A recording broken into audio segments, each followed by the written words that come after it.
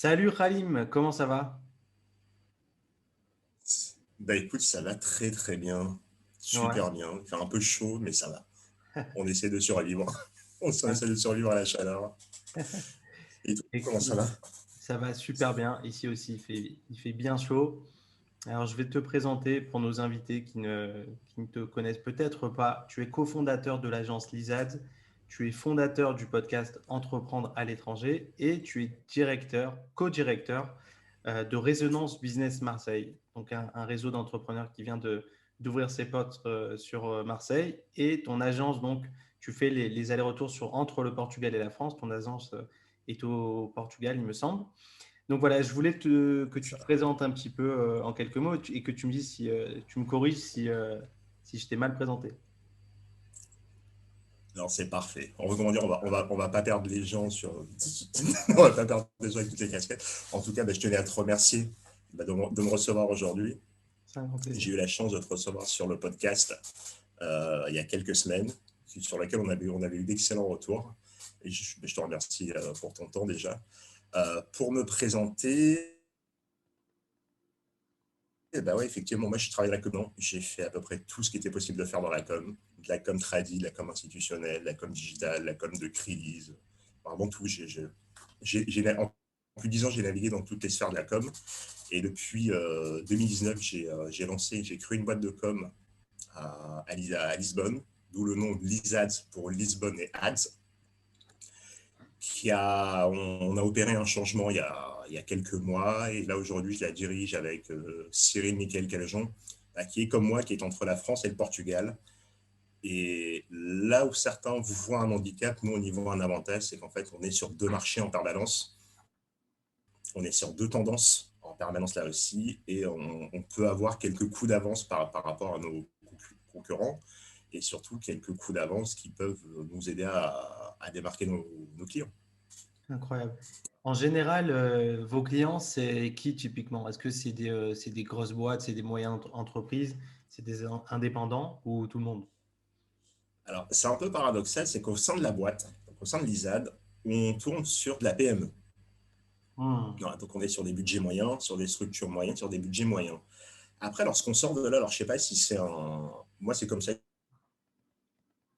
que je l'analyse. Hors de la boîte, c'est que moi, en tant que. Je peux être missionné par un client. En fait, si tu montes en gamme à une vitesse très vite, si tu te retrouves à collaborer sur des gros groupes d'audit, il y en a certains mais qui sont mondialement connus. Ça peut être on va pas les citer, mais ça peut être des concurrents de PwC par exemple. Voilà. Si tu te retrouves à intégrer des pools d'experts, mais en tant qu'indépendant. Voilà. J'ai l'impression que les grosses boîtes ont un peu peur des agences de com, Ouais. alors qu'on fait le même taf, exactement le même boulot, parce que on sait faire plusieurs choses, mais on essaie de les faire bien, relativement bien. On fait le même boulot, on facture de la même manière, mais c'est le fait d'avoir vraiment l'être humain d'abord et non la boîte. Donc Ouais. en fait, moi, je jongle entre les deux. Et c'est pareil pour mon associé Cyril. Ok, super. Est-ce que vous avez un produit phare avec Lizad, un produit que vous affectionnez particulièrement et où vous apportez vraiment de la valeur ajoutée? C'est peut-être dans la vidéo, j'ai un petit peu survolé le site. C'est plus dans la Ouais. stratégie, c'est plus Alors, il y a de la dans... vidéo. Ok, Alors, aujourd'hui, au sein de la boîte, on a vraiment deux produits phares qui sont la post-production de vidéos publicitaires. On a fait de la prod, mais vraiment très peu. C'est vraiment marginal ce qu'on a fait en termes de prod, mais on fait vraiment de la post-production. Donc, c'est du traitement après le tournage, après la production du contenu. Et on a notre deuxième pilier qui est la stratégie social média. À pas confondre avec le community management, à pas confondre avec tout un tas de mots bizarres qui existent. En fait, nous, ce qu'on fait, c'est on va proposer à nos clients, entreprises, indépendants ou c'est ce qu'on disait PME, on va leur proposer la meilleure façon de se rendre visible sur Internet. Ça peut être de la rédaction de contenu, ça peut être de la photo, ça peut être de la vidéo. Et après, même là-dedans, on va venir découper. Si c'est de la vidéo, ben, ça va être du question-réponse face cam, ce qu'on voit de plus en plus en mode tuto. c'est Ça ça. va être du reportage. Voilà, ça va être du reportage. Sur de la photo, bah, ça va être exactement la même chose. On va diffuser de la photo, mais on va diffuser quoi? Là, on travaille avec un client dans immobilier, puisqu'on va diffuser quoi? Des biens, les portraits des acheteurs, des vendeurs, le portrait des agents, des directeurs d'agence. En fait, tout ça, on vient le détailler au mieux. Et pareil, pour le Hmm. texte, ça va être soit un truc très formel, des annonces bien barbantes par moment, ou amener un peu, comment dire, mettre un peu plus de vie, un peu plus de fun. Ça, c'est la stratégie social media. Et ça t'a pas échappé. Depuis quelques semaines, on s'amuse à amener une touche un peu plus, on va dire, décalée. Décalée, comme ça, on sera censuré nulle part. Décalée parce qu'en fait, tu te rends compte que tu attires l'œil extrêmement vite et les gens lisent. Parce que quand les gens voient stratégie social media, SSM, alors SSM, on a eu le coup. Hein. C'est excellent. Les gens ont relu 2 fois stratégie SSM, tu balances ça sur LinkedIn, tout le monde te regarde. Voilà. Moi Tout le aussi, monde te pourtant, regarde, t'as les curieux qui viennent liker. mais qu'est-ce que c'est? Je connais pas. C'est Ça nouveau. marche. Excellent. Non, et surtout, Et il y a beaucoup de choses ça marche. sur LinkedIn qui défilent. Et aujourd'hui, si t'as pas un visuel et un titre qui accroche, ton contenu, il est très vite oublié, quoi. Et vous avez réussi Il faut te justement démarquer. à faire les deux. Ouais. Il faut te démarquer. Il n'y a pas longtemps, je discutais concernant Instagram et LinkedIn. Je vais sur mon fil Instagram perso. Ce qui marche le plus, c'est quand je parle de mes clients. Hmm. Agis, ça commence à être vexant quand même. T'as un compte pro qui tourne nickel, t'as un compte perso, et là où ça marche le mieux, c'est quand tu mets en avant tes clients. Tu dis, bah, ok, très bien, c'est bon, j'arrête, je mets plus ma tête et on passe à autre chose.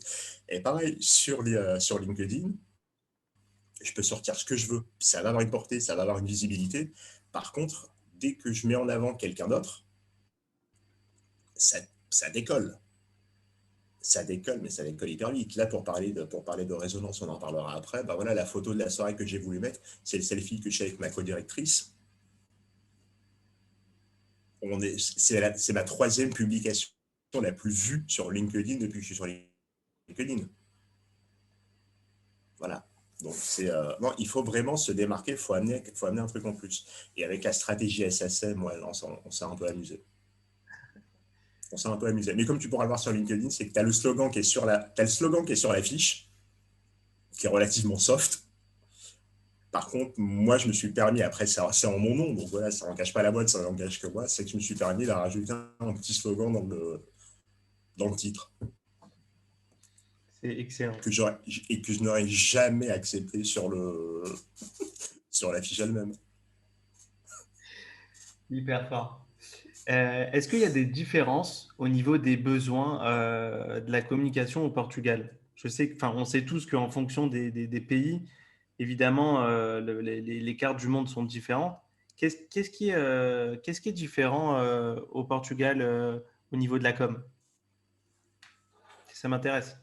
Ils ont une vision qui est très anglo-saxonne. Ils ont une vision qui est très, très anglo-saxonne. Voilà. Le copywriting, c'est, pour la petite anecdote, il y a le cabinet Deloitte qui cherche un copywriter. L'annonce tourne en boucle depuis 6 mois sur LinkedIn. Ils n'en trouvent pas. Il n'y a pas ce besoin. En fait, ils ne sont pas dans le texte, ils sont vraiment dans le visuel. Il faut qu'il y ait une vidéo qui claque, il faut qu'il y ait la photo qui claque. Alors après, le Portugal, il y a des endroits magnifiques. Hein. Et tu vas te rendre compte que de l'agent immobilier au prof de surf, au cabinet d'avocats, en fait, à un moment donné, ils ont tous leurs photos ou ils ont tous leurs vidéos près de la grotte de Benaguil, à Faro, à Sagres. Il faut de l'image. Ils s'en foutent du texte. C'est Ils s'en incroyable. foutent. Mais littéralement, c'est au Portugal, tu peux faire une com sans texte. Carrément. Il faut du visuel. Là où en France, tu te rends compte, ah ouais, mais complètement, tu mets une photo, on n'en parle plus. Quoi. Tu mets une photo, la photo elle est belle, on passe à autre chose. Mais Super intéressant. c'est uniquement du visuel, mais vraiment du visuel pur et dur. Là où en France, tu vas avoir, tu vois la montée en puissance des copywriters, Ouais. content creators.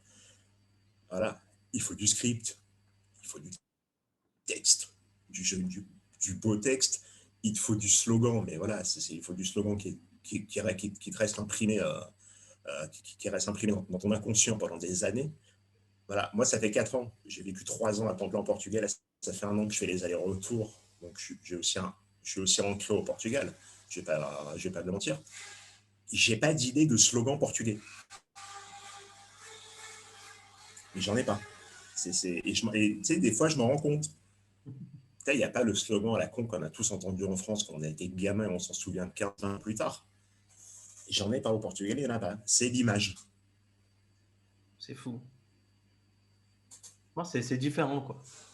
Et nous, le fait d'être entre les deux, ça nous permet voilà, de voir un peu ce qui se passe, d'être entre la France et le Portugal. Très sympa. Et du coup,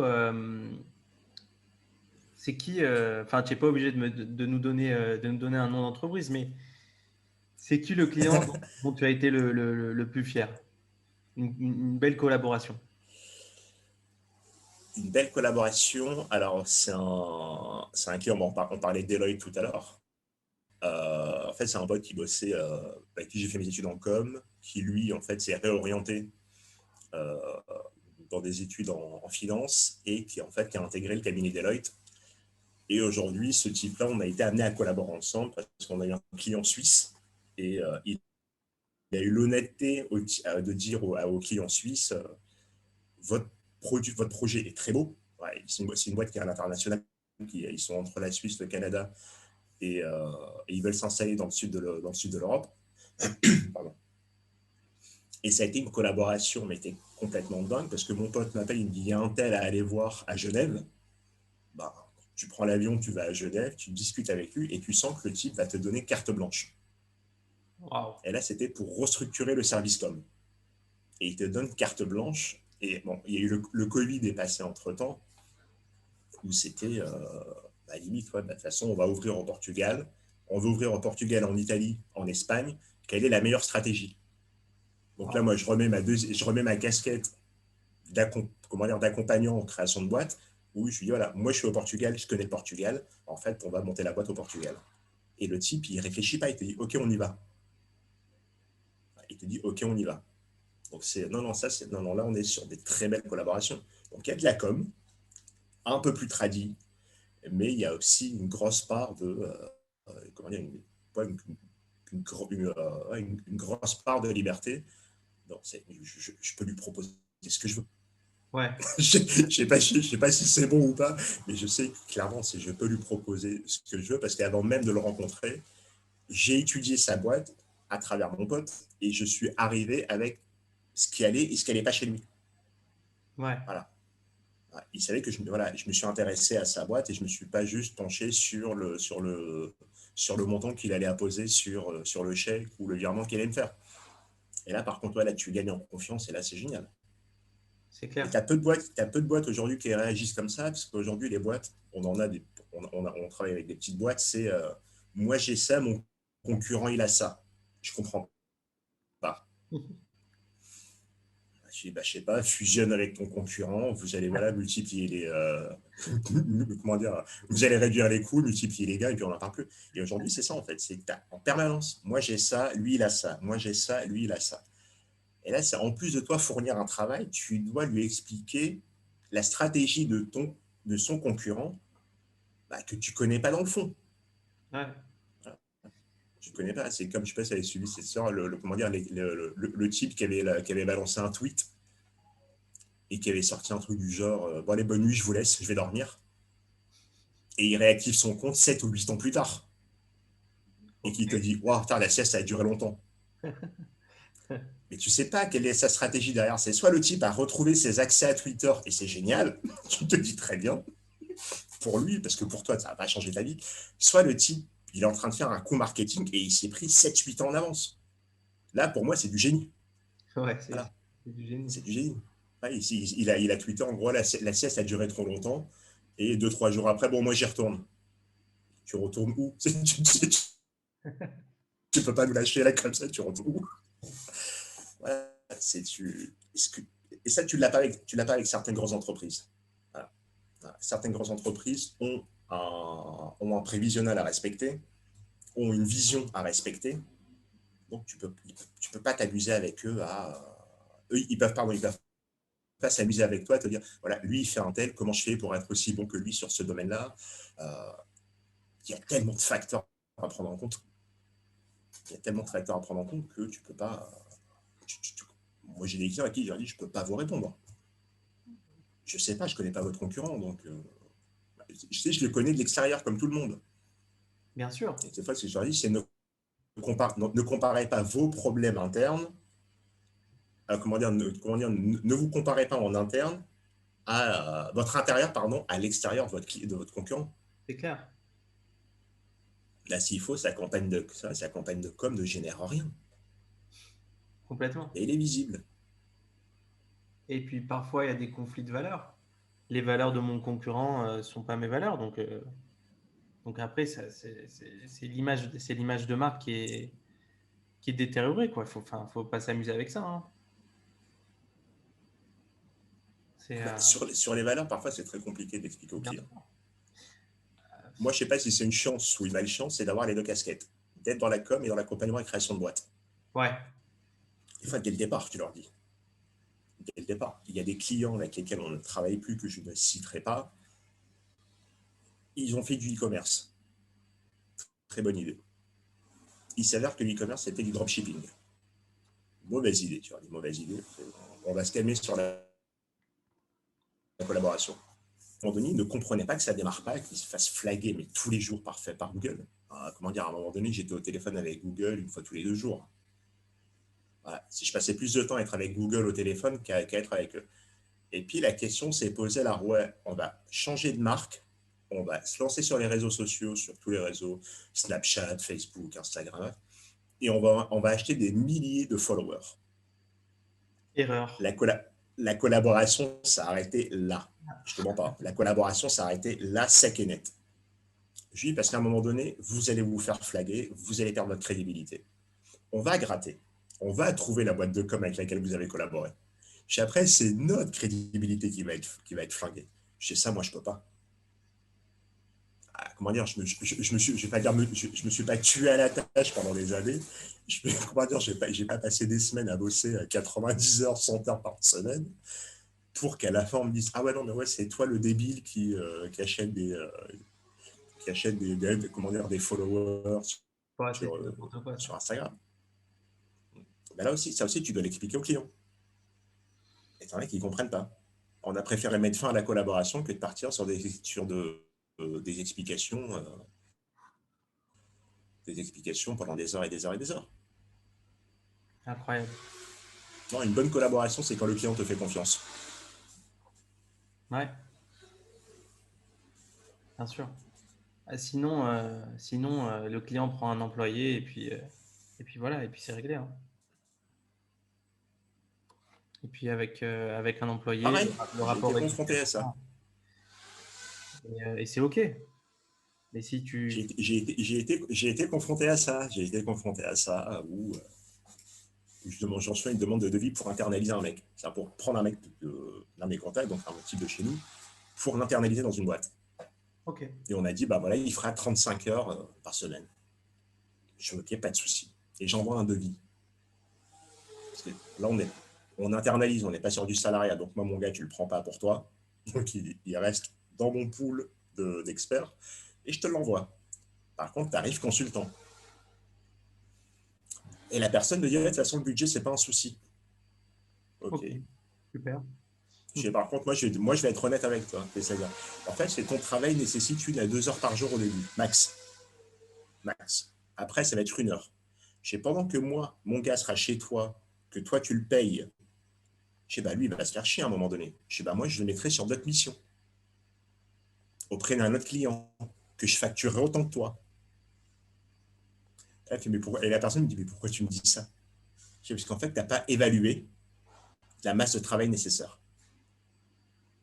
Et je te mens pas, Réhouven, on est passé de 35 heures par semaine dans le premier contact à 30 heures de travail par mois. Mais non. Je te promets. C'est une blague. J'ai facturé les 30 heures. Le type, à la fin, je crois qu'il était à 28 ou 29. Je leur dis, moi, c'est pas plus de 30 heures votre boulot. Non, non, on veut un type, il voulait un type 152 heures par mois. J'ai 152 heures, je fais un calcul rapide. Hein. 152 heures, 30 heures par client. Je vois, c'est génial. En un seul gars, je peux facturer 5 boîtes. C'est magnifique. Voilà. Là, par contre, là, le problème d'éthique et de valeur dont tu parlais, là, c'est toi qui commences à l'avoir. Voilà. Et donc, à ça, c'était, voilà, on veut ça parce qu'on est sûr qu'avec un mec 35 heures par semaine, on va performer. Voilà. Et je te laisse imaginer le salaire d'un consultant 35 heures dans une boîte par mois. Ah, ben, je le connais. Hein. Par semaine, par semaine. Par semaine, ouais, je le connais. Voilà. Plus ou moins. Voilà. Et ben, dis donc, de toute façon, le budget, c'est pas un souci. OK. Et je te mens pas, c'est au vu de la tournure que ça a pris, je pense que tu les factures 2 mois de cette manière, tu coules la boîte. Ah oui. Tu coules la boîte. Clairement. Mais honnêtement, ah non, j'aurais eu sur la conscience la mort de leur boîte. Hein. Tu coules leur boîte, il n'y a pas d'autre mot. Incroyable.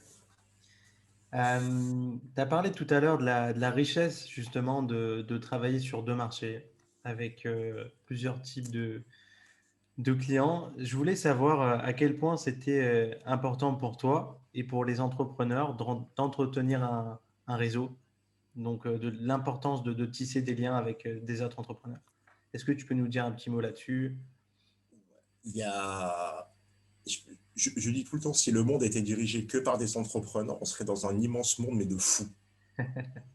Mais vraiment, on serait 7 milliards de malades mentaux. Si tu, on parlera de résonance. Lorsque je prends la direction de Résonance à Marseille, pour moi, c'est une évidence, c'est de ne pas prendre un entrepreneur qui a une expérience en entrepreneuriat depuis plusieurs années.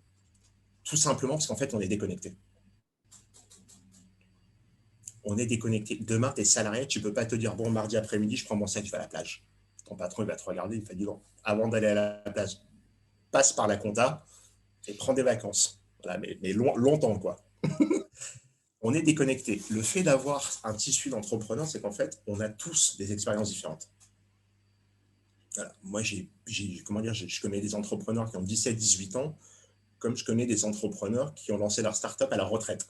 Donc, ça te Wow. donne tout un éventail de profils, ça te donne tout un éventail de valeurs, de backgrounds différents. Et pour beaucoup, sont d'anciens salariés, ou certains sont entrepreneurs et salariés. Donc, l'importance que j'accorde à un réseau d'entrepreneurs, que ce soit en France ou au Portugal, puisque je suis au sein de réseaux en France et au Portugal, en fait, c'est de m'enrichir au quotidien. C'est de lorsque j'ai une question, lorsque j'ai une question sans réponse, parce que ça fait 11 piges que je n'ai pas été salarié, s'il faut, celle qui est à la même table que moi, qui dirige sa boîte depuis 6 mois, elle a été salariée juste avant, en fait, et elle peut me répondre.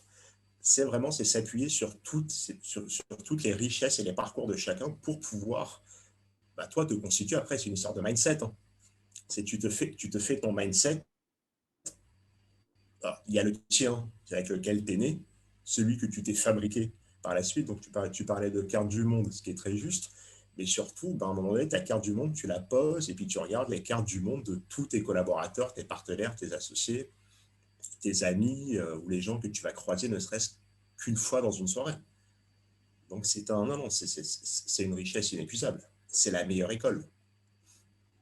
C'est la meilleure école. Il y a une anecdote, j'étais à Lisbonne il n'y a pas longtemps. On était avec un. Je ne citerai pas de nom. On était avec un jeune, je ne sais pas, alors, 20 piges, pas plus. Et on était 3 avec lui. Donc, moi, il y a 11 ans d'entrepreneuriat dans les pattes. Il y avait un autre type qui avait aussi sa boîte depuis quelques années. Et tu avais un ancien patron de banque, mais qui a une expérience sur plusieurs pays de plusieurs décennies. Et à un moment donné, en fait, on discute et on oublie. Mais c'est le jeune, on l'oublie, mais complètement. Et à un moment donné, c'est quand je me tourne et que je le regarde, en fait, le type, il était là comme ça. Et il me dit à la fin, il me dit, mais c'est la meilleure école, c'est le meilleur cours que je peux avoir en école de commerce. Parce que tu avais, je sais pas, peut-être 45 ans ou 50 ans d'expérience pro entre nous trois. Tu l'as nulle part. À aucun moment, quand tu fais une école de commerce, j'ai pas fait d'école de commerce, mais j'ai bossé avec des gens qui ont fait l'école de commerce. À aucun moment, tu as 3 patrons qui viennent te parler. C'est clair. Et qui te zappent complètement en plus. Hein. Donc, des fois, c'est t'entends des mots passer, tu dis, putain, il était là, quoi. J'ai dit ça, et merde. Tu culpabilises le lendemain. Tu dis, merde, l'image que je viens de lui donner, le pauvre. Mais c'est ça. Et c'est des discussions qui sont, ouais, c'est des discussions qui sont interminables. C'est interminable. Mais c'est une richesse, c'est inouï comme richesse. Incroyable, la force du réseau. Est-ce que tu peux nous parler un petit peu de résonance business? Résonance business, c'est une grande histoire. C'est comme dit, comme peut dire la cofondatrice Marion, il n'y a pas de storytelling en fait. Il n'y a pas de storytelling tellement l'histoire elle est folle, elle est dingue. Bon, on se contacte, comment dire, je connaissais Marion mais très peu. Vraiment très très peu, il y a eu très peu d'échanges avec elle en amont. Nous on avait bossé ensemble, plus ou moins. Et à un moment donné, en fait, là, il y a quelques mois, on s'écrit, suite à une publication sur LinkedIn. Ok, Et dans la foulée, en fait, elle me propose d'intégrer l'équipe projet de Résonance, de ce qui sera Résonance. C'est que lorsque moi j'intègre l'équipe projet, on n'a pas de nom encore. Il ok. n'y a pas de nom. Et là, tu découvres, moi je suis à la première réunion, et là, tu as je sais pas, 7, 8, 10 entrepreneurs, hommes, femmes, plus ou moins jeunes, plus ou moins âgés, de différents profils. Et quand je te dis de tout, tu as de tout. Comment dire, tu avais du DAF au type qui traquait les nuisibles, qui traque les nuisibles chez toi. Alors pareil, là, tu as un éventail, mais vraiment, tu as un éventail d'entrepreneurs. Et ça commence en fait à naître tout doucement. Et la première réunion se fait, les échanges se construisent par la suite. Donc, des liens, des relations se tissent. Et à un moment donné, en fait, Marion me pose la question de savoir est-ce que tu serais prêt à devenir directeur de Marseille Wow. et quand est-ce on peut le lancer. Et Wow. en fait, là dans ma tête, ça fait ni une ni deux. C'est déjà, j'accepte, ce qui m'est proposé. Et dans la foulée, en fait, je contacte Laure, que je connaissais sur les réseaux sociaux, parce qu'elle venait d'opérer une transition dans sa carrière. Ouais. Elle fait toujours une carrière de plus de 20 ans dans l'aviation. Et en fait, Wow. elle a lancé son site qui s'appelle La Libellule du Web, où en fait, elle est coach Instagram. D'accord. Et pour moi, en fait, ça répondait à plusieurs choses. Un, c'est d'avoir en binôme une femme, c'est-à-dire je voulais surtout pas donner, tu sais, l'image des clubs d'affaires où tu as que des mecs, où Ouais. ça parle qu'entre mecs et ça parle pour les mecs. Je voulais surtout pas donner cette image. Mais après, c'est ce que je dis. Après, si j'étais avec un pote depuis des années, je pense que l'idée ne se serait pas posée. Mais je voulais donner pour pour le lancement du premier club Résonance Business en France.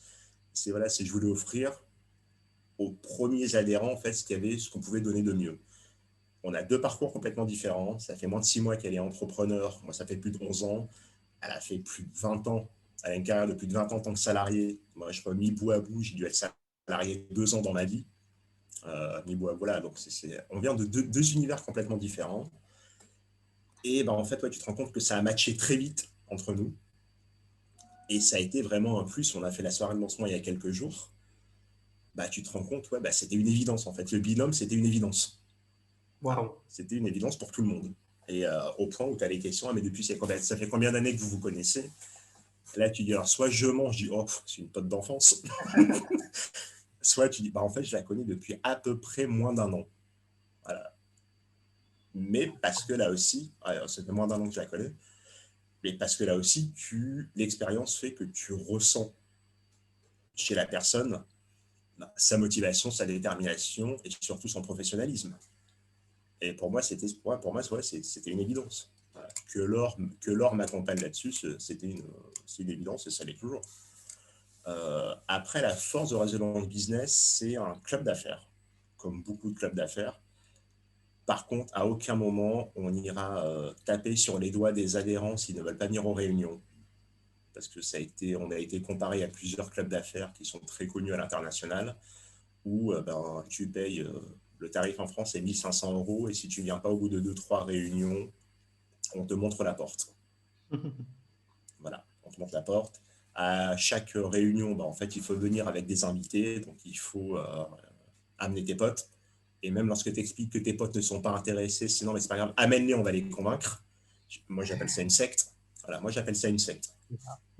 Parce que même dans une religion, tu n'imposes pas d'amener les gens. Donc, et ça a été, voilà. Après, il y a eu l'histoire du chiffre d'affaires. C'était est-ce qu'on met en avant le chiffre d'affaires généré par le club ou pas? Là aussi, c'est des questions qui ont été posées.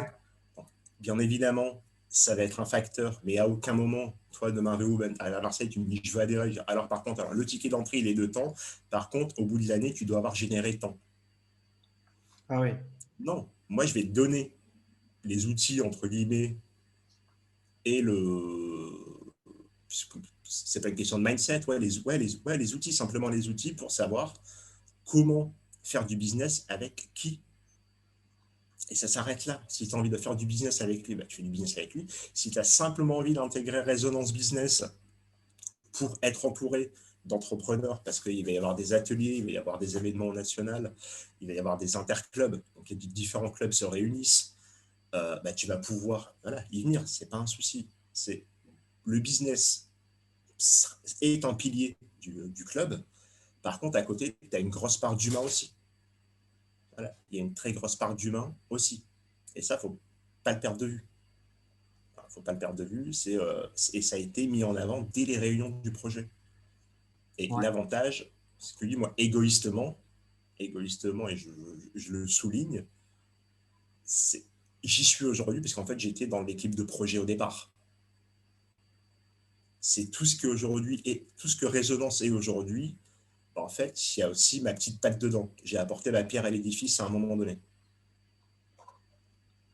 Et en fait, écoute, moi, de tous les clubs que je connais, des clubs que j'ai fréquentés, c'est le seul club qui a donné autant de place à son équipe projet, sans savoir si on allait prendre la direction d'un club ou pas. Et c'est pour qu'on ait. Il y a des membres de l'équipe projet qui ne veulent pas de direction de club. Ouais. Je trouve ça encore plus noble. Ils sont juste là pour contribuer à ce que le club peut être, à ce que le club peut être et ce que le club peut devenir par la suite. Et c'est encore plus noble. Mais aujourd'hui, là, on a la première réunion dans quelques jours et on est plutôt satisfait. On est plutôt Vous allez satisfait. vous rencontrer tous les combien de temps? Alors, il y aura 2 réunions par mois. Il y aura 2 réunions par mois et puis après, ça sera entrecoupé d'ateliers, ça sera entrecoupé de conférences et d'événements nationaux. Et là aussi, chaque club a une autonomie. Donc moi, j'ai un calendrier à respecter. En tant que directeur de club, j'ai un calendrier à respecter. C'est-à-dire, voilà, moi, je dois avoir mes adhérents toutes les 2 semaines. Par contre, à aucun moment, le national m'interdit, je sais pas moi, de tous les jeudis faire un after work et puis aller prendre un verre avec les adhérents. Ouais. Voilà. Il n'y a pas de... On ne l'interdit pas. Donc voilà, on a un calendrier, on a un calendrier entre guillemets éditorial de ce qu'on doit faire. Par contre, moi, si tous les jeudis, j'avais déjà envie d'aller payer un verre à mes adhérents, il y a une certaine liberté de la part du national. Ouais, Parce qu'on l'a pensé avec eux. Parce qu'on l'a pensé avec eux et c'est ce qui est le plus beau aujourd'hui. complètement. Et le nom, en fait, c'est pas vous qui l'avez choisi, Résonance? Alors il y a eu un grand Slack où il y avait toute l'équipe projet. En fait, et pendant plusieurs jours, on a balancé des noms, des noms de clubs. Et là aussi, pareil, c'est toujours une espèce d'évidence. On a tous mis des clubs, on a tous mis des noms. Alors moi, le premier, j'ai mis des noms très pro, très carrés. Et en fait, c'est Marion et Tristan qui nous disent, alors, on a reçu toutes vos propositions. Ah, et nous, on pensait à Résonance. Et je te promets, hein, on a tous dit, génial, ok, putain, l'idée est géniale. Personne n'a eu à redire quoi que ce soit. Là aussi, en fait, Résonance, mais comment dire, ça a sonné comme une évidence. Ça a sonné comme une évidence. Et ça a été, c'est comme quand tu tombes amoureux, tu ne sais pas pourquoi. C'était là, c'était évident, et puis voilà, on n'en parle plus. Voilà, euh, tu entretiens la flamme du truc, mais tu te poses pas trop de questions. Résonance, non, mais résonance, c'est sorti comme ça. Et je te promets, ça, je pense qu'il y a un effet psychologique. Hein, parce que c'est sorti comme ça, et derrière, mais dans la foulée, on a oublié toutes nos propositions. Incroyable. Je suis incapable de dire les noms que j'ai proposés. Ah, ça voulait dire Mais que un peu comme c'est si bon. dès le départ, ouais. Vous savez C'est dès le comme si dès le départ. départ, on savait que le truc allait s'appeler Résonance. Incroyable. Mais non, non, bah voilà, et aujourd'hui, la chance qu'on a, c'est Marseille a donné le coup d'envoi du premier club du premier club en France. Ouais. Donc maintenant, faut qu'on soit au top, qu'on soit au top du top du top pour bah, tous ceux qui vont ouvrir derrière soient au moins aussi bons que nous. Bah, de toute façon, c'était toujours, pour avoir fait partie de plusieurs clubs de networking, et j'en fais partie d'un aujourd'hui, il y a toujours des choses à affûter, quoi. Au début, tu lances, tu Totalement. testes des concepts, tout ça. Et ensuite, voilà, tu affines un peu le projet. Donc c'est génial. Donc, c'est cette période-là de départ, ça commence, machin, nouveauté, découverte, ça, c'est génial. Vous allez pouvoir expérimenter Ah, une et là, fois. par exemple, là, la première réunion qu'on va avoir, c'est bah, si tout se passe bien, on va se retrouver entre 10 et 15 personnes. C'est voilà, Génial. c'est à 10 ou 15 ouais, 10 ou 15 personnes, et là, on va être. Là, pareil, donc là, par contre, voilà, donc chacun va sortir son planning, ses créneaux horaires, ses obligations. Entre je serai en vacances, j'ai les enfants à récupérer à l'école, j'accompagne ma femme, mon époux, donc voilà, et en fait, et tu poses tout ça. Et là, le truc, voilà, et pareil, là aussi, mais je me fais aucun souci là-dessus. Il y a un tel état d'esprit. Euh, il y a un tel état d'esprit. Alors après, on arrive aussi à 1 an et demi de Covid. C'est ça. Voilà, 1 an et demi de Covid. Moi, j'ai des gens dans mon réseau qui m'ont dit, mais jamais je ferai partie d'un club tant que je n'ai pas la certitude qu'on ne sera pas reconfiné et qu'on va s'appeler les réunions par Zoom. Ah, des gens à qui j'ai envoyé la plaquette, que j'ai invité en me disant, on adore l'idée, on adore le concept, il n'y a pas de souci. Par contre, tant qu'on n'a pas de certitude sur les confinements, on ne vient pas. Ok, c'est honnête. Ouais, c'est honnête. Hein. Et Pourquoi pour la pas? petite anecdote, nous, on s'est lancé là le 9 juin, et on s'est rendu compte quelques jours après le choix de la date que ça coïncidait avec le couvre-feu qui passait de 21h à 23h. On s'en est rendu compte après. Donc là, autant te dire que même à 23h, c'était compliqué de faire partir les gens. Ouais, c'est sûr. Alors, attends, 18 mois de confinement, de couvre-feu, de Covid. Tu sais, à partir de 22h, tu commences à les regarder un peu, tu sais, du candidat. Merci d'être venu. Tu sais, c'est la petite phrase, merci d'être venu. C'est marrant, on va faire partir quand même. Tu sais, à 22h15, c'est oh, le bar est encore ouvert. C'est à 22h30. Il va vraiment falloir partir. Et à 23h, tu te retrouves sur Bien, le trottoir. merci beaucoup. C'est ça, tu sais, 23h, tu te retrouves sur le trottoir. C'est dans ton Uber avec les gens accrochés à la porte. Non, mais là, moi, je rentre. Mais ça a été. Non, non, non, c'est. Non, non, non, ça va être une superbe aventure. Ça va être une superbe aventure parce qu'en fait, on l'a pensé. Ouais, Et le fait de l'avoir pensé, ça te donne une part de responsabilité énorme. Parce que tu te dis, ouais, si l'idée que j'ai donnée, finalement, c'était pas l'idée la plus folle et au final, ça a généré tant de soucis, bah, tu te remets en question et surtout, et je comprends parfaitement, tu n'auras pas à dire au national, ouais, mais en fait, vous avez mis ça en place quand on n'était pas d'accord. C'est ce qui se passe dans certains clubs aujourd'hui. Hein. Moi, j'en vois certains au Portugal où les types sont en train de se barrer en faisant des courriers pour demander le prorata de leur adhésion. Parce qu'en fait, ils n'ont pas eu ce qu'ils voulaient. ouais, Mais là, tu vois, en fait, on ne savait pas au départ ce que vous voulez. Deux, nous, on n'avait rien à offrir au départ. Donc, ouais. après, voilà, on arrive au très bon moment. Il y a certains clubs, c'est quand tu es au Portugal, le ticket d'entrée est à 900 € pour faire des réunions Zoom. Ah, quand même. On est au Portugal, c'est à peu près un SMIC, on n'est pas loin d'un SMIC et demi. Pour du Zoom, ben, il faut que ce soit exceptionnel. Tu Ouais. vois, faut qu'à chaque Zoom, il faut que j'ai un live, il faut que j'ai un concert, c'est format du rêve. Il y avait un concept à Paris pendant les premiers confinements, un concept où en Ouais. fait c'était une réunion haut de gamme en Zoom et en fait on te livrait un plat de chef, il y avait tout un délire autour et voilà et tu payais ton Zoom voilà je sais pas moi 3 000 euros mais tu avais le champagne qui était livré et tu voyais tout le cercle tu vois tu pouvais boire le champagne avec d'autres personnes c'est un concept hein. Il y a le, il y a le restaurant Arc à Lisbonne qui fait ça. C'est un restaurant Ah ouais. végétarien qui est dirigé par Alejandro Vaccaro, que Ok. j'ai eu sur le podcast. Qui, Oui. en fait, pendant le confinement, en fait, lui, tu payais 35 euros ta box. C'est 35 euros ta box par personne ou ouais, non, c'était pas par personne.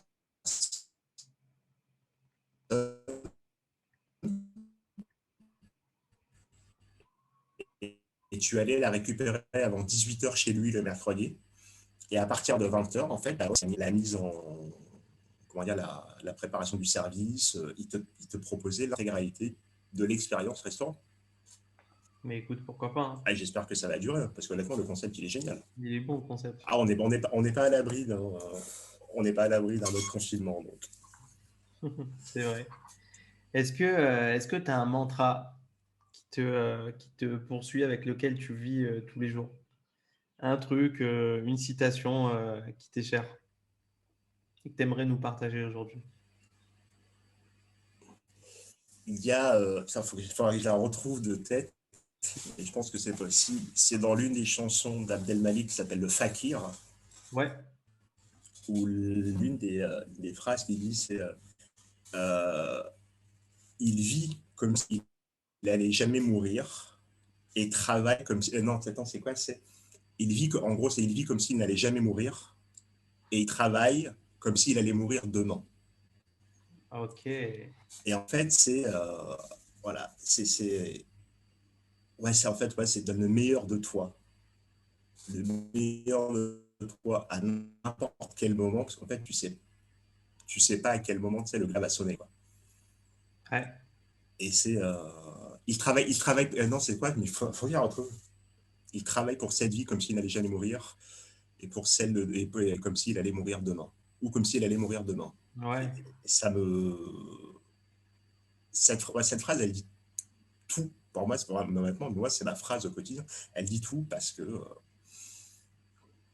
Après, il y a une. Comment dire. Après, je suis croyant, donc il y a le. Tu sais pas à quel moment ça va arriver. Et si tu peux être en paix avec, c'est génial, quoi. Ouais. Si tu peux être en paix avec ça, mais j'en parle régulièrement avec des potes. On échange régulièrement à ce sujet. Et on n'a pas tous la même approche. Après, je ne sais pas si c'est générationnel ou notre génération ne veut pas y croire. Mais ouais, non, mais pour moi, ouais, cette phrase, être au top de ce que. Être au top comme si, comme si la Être vie n'allait la jamais meilleure version. s'arrêter. Et être bon, voilà. Être la meilleure version de toi-même au quotidien. Très très fort. Très très fort. Parfois, c'est compliqué. Hein. Mais, parfois, c'est compliqué. Parfois, c'est compliqué, mais après, tu vois, ta résistance, ta résilience. Ouais. Essayer de faire au mieux. Euh, Tout le temps dans tout ce que tu fais. ouais.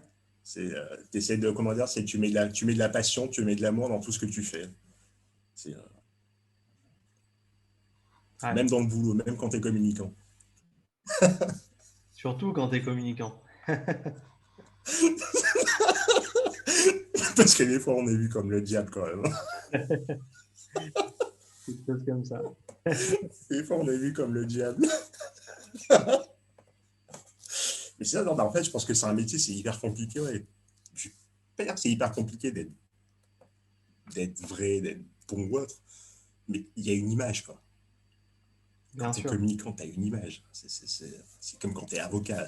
Ouais, tu défends des criminels. Enfin, ouais, mais il était innocent quand même. Et c'est hyper compliqué. c'est hyper compliqué. Donc, C'est vrai. non, c'est être la meilleure version de soi-même. Ouais, très très beau. On y Ah ouais, travaille. ah ouais, le travail. Où on peut te retrouver? On peut te retrouver sur les réseaux sociaux? Sur ton Sur site internet? LinkedIn, je suis relativement assez actif sur LinkedIn. Ouais, LinkedIn, je suis actif. Après, sur Instagram, c'est moins formel. Instagram, c'est moins formel. Parfois, ça peut parler boulot, ça peut parler humeur du jour. Ou, je crois, l'une des dernières photos, c'est la photo d'une jeune fille qui prend photo d'une mouette. ok. Il y a vraiment de tout. Voilà, par contre, ouais, si tu veux un aspect de ma personnalité, ouais, va sur Instagram. Il y aura de tout. Non, c'est principalement LinkedIn. Je suis présent sur LinkedIn et Instagram. Ok. Je suis pas LinkedIn. présent sur Snapchat, je suis pas présent sur TikTok, je suis pas présent. Pareil. Ouais, sur Facebook, tu vas voir ma tête, mais tu vas voir, je suis le type le moins sociable sur Terre. En fait, j'ai un compte, il est vide, c'est juste pour le boulot, quoi. Pour être là, quoi, pour le Je taf. suis abonné à aucun groupe. Voilà, voilà. Je suis abonné à aucun groupe, j'ai aucun ami, aucun contact, j'ai rien sur Facebook. En ouais, LinkedIn et Instagram. Ok, et l'adresse de ton site internet? Alors lequel? Lis- Alors celui de la boîte, c'est Lisad Plus, LIS. LIS. Alors ouais, bah, c'est lisads+plus.com. Ou sinon après, tu peux tout retrouver, donc comment dire, mon actu sur alimdrs.fr qui renvoie vers un Linktree où là, par contre, là, tu as toute mon actu qui est détaillée. Mais vraiment tout, il y a tout. Ok, super. Il y a Ben, tout. Si tu fouilles bien, si tu fouilles bien, il y a mon numéro de téléphone, il y a mon planning partagé. ta taille de chaussures, il y a un peu tout. Voilà. Et ben voilà, pour les gens qui. Si, bah non, si t'es bon sur certaines photos, tu peux les deviner. Excellent. Donc pour les gens qui veulent te suivre, voilà, donc on peut te retrouver sur LinkedIn, sur Instagram et sur tes sites internet. Donc voilà, Ouais. on mettra les liens dans la bio. Ouais, après, alimdrs.fr, et voilà, ça redirige vers tout. Vers tout, vers tout, vers tout. Ok. Ben, merci Khalim d'avoir été avec nous, d'avoir été avec moi, d'avoir accepté mon invitation. Ça fait Mais longtemps que je écoute, voulais t'avoir ici et je suis très content d'avoir fait c'est un plaisir. Non, mais écoute, non, mais c'est un plaisir, Réhouven. Et comment dire, je t'ai vu sur le podcast, je suis allé dans l'émission. Et là aussi, c'est un bel exemple de synergie. C'est un très Ouais, bel exemple de synergie. Et pour l'anecdote, à l'heure où comment dire, là, on est à l'heure où on enregistre, on diffuse le 20e épisode waouh, d'Entreprendre à l'étranger et qui est le dernier épisode de la saison. waouh. Là-dessus, on se retrouvera en septembre sur une autre formule. Ouais, on s'est rendu compte, depuis janvier, il y a eu 20 épisodes, 20 invités. Impressionnant. Donc, juillet, août, on va prendre un peu de temps. Ouais, mais t'as raison. Juillet, août, on va prendre un peu de temps à l'histoire, Et donc, il y a un nouveau concept à la rentrée? c'est clair. Ouais, là, on a vu donc, on va dire, l'entrepreneuriat à l'étranger. Et là, ce qu'on a envie de faire, que chaque épisode en fait réponde à une question, une problématique. Génial. Et là, par contre, la personne peut être en France ou à l'étranger, c'est pas un souci. Si elle est en France ou dans un pays où je suis amené à me déplacer, donc j'aurais le plus grand des plaisirs à la rencontrer. Sinon, le Covid nous a appris à enregistrer à distance. Ouais, Donc, on c'est fera à facile distance, aussi. mais là, ce qu'on veut, c'est, même quitte à ce qu'il y ait moins d'épisodes, mais que chaque épisode réponde à une problématique. Génial. Donc, en septembre. En septembre. Le Alors, rendez-vous est donné en septembre. on sera au rendez-vous, évidemment. Ben, merci beaucoup à toi. Et de toute façon, on suit Et si, notre et si actualité. tu es de passage à Marseille, bienvenue, hein. Ouais, ben voilà. Si je suis de Ouais, passage, j'envoie un avec petit plaisir. message. Donc voilà, on reste en contact. Avec plaisir. Je te dis à très bientôt. Avec plaisir. Bye Ça bye. marche. Merci encore pour l'invitation, Réouven. Avec plaisir.